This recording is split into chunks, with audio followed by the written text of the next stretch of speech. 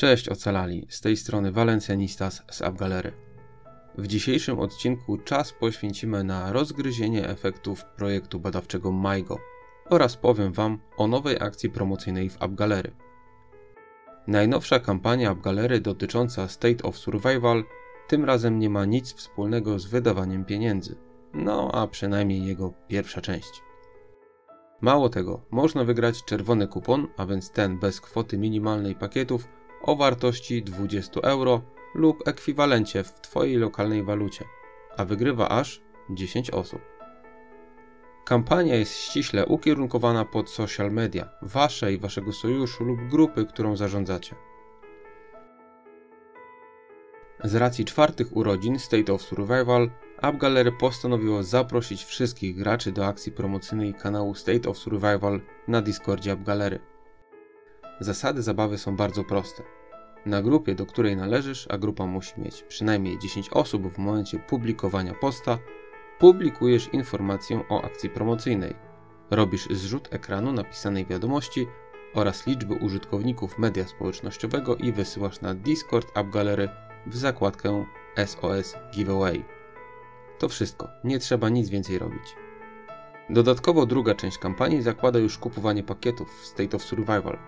Zbierasz diamenty AppGallery, które później wymieniasz na kupony i obniżasz sobie kwoty pakietów w grze. Lub całkowicie wyzerowujesz potrzebę wydawania jakiejkolwiek kwoty pieniędzy i po prostu płacisz kuponem, nie angażując żadnej gotówki. Wróćmy teraz do projektu badawczego. Mam nadzieję, że do tej pory wszyscy z Was mają w dalszym ciągu wszystkie maksymalnie dostępne premie zdobyte. Premie do statystyk zbiera się przez udział w eventach sojuszu oraz wydarzeniach państwowych i misjach solo.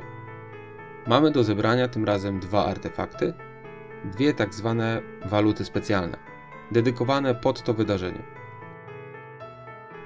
Cienkie szkiełko wykorzystywane do obserwowania próbek biologicznych pod mikroskopem oraz pudełko z obiektem badań, nadające się do przechowywania owadzich obiektów badań. To tyle w kwestii, co trzeba zbierać.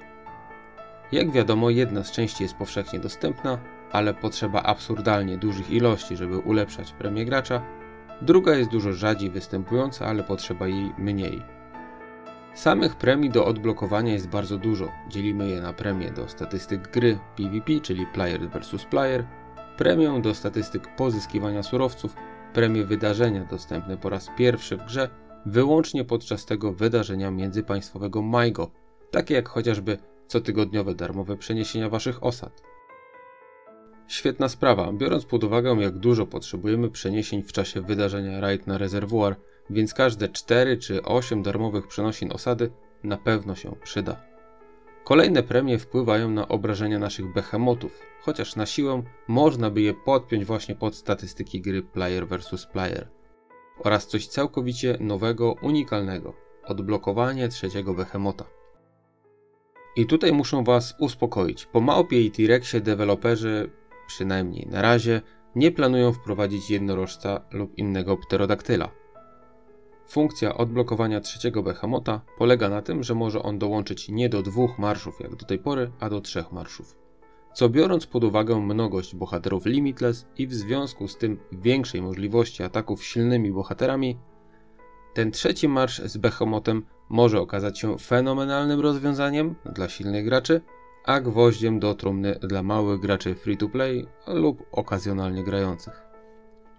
No dobra, to teraz sprawdźmy, co powinniśmy ulepszyć. Do tej pory wszak mamy dopiero początek wydarzenia państwowego MyGo.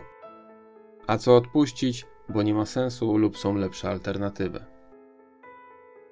O pierwszych 5 umiejętnościach nie ma się co zbytnio rozpisywać, bo one są tak zwanym have to do, czyli muszą być zrobione, bez tego nie możemy pójść dalej.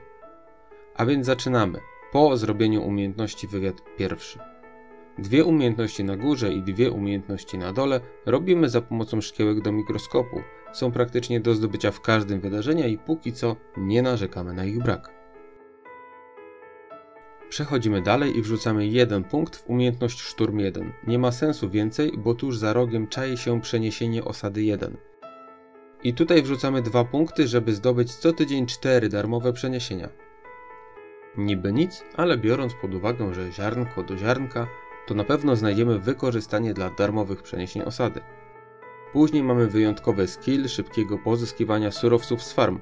Chyba najlepsza rzecz, jaką możecie spotkać w czasie wydarzenia Kill Event, kiedy farmienie jest po prostu zabronione lub nieopłacalne ze względu na wysokie ryzyko ataku i potrzebę leczenia wojska.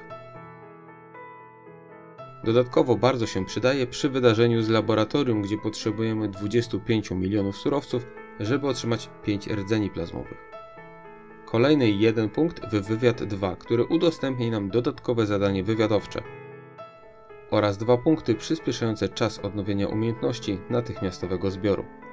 Została nam ostatnia umiejętność, na której się zatrzymałem i którą polecam zrobić na maksa. Zwiększa nam wielkość marszu. Umiejętność ta przydaje się praktycznie codziennie, od Azurtane Haste po Pułapkę Kreatora, Showdown czy raid na rezerwuar. Więcej żołnierzy to większa szansa na wygranie walk. Następne umiejętności już wkrótce.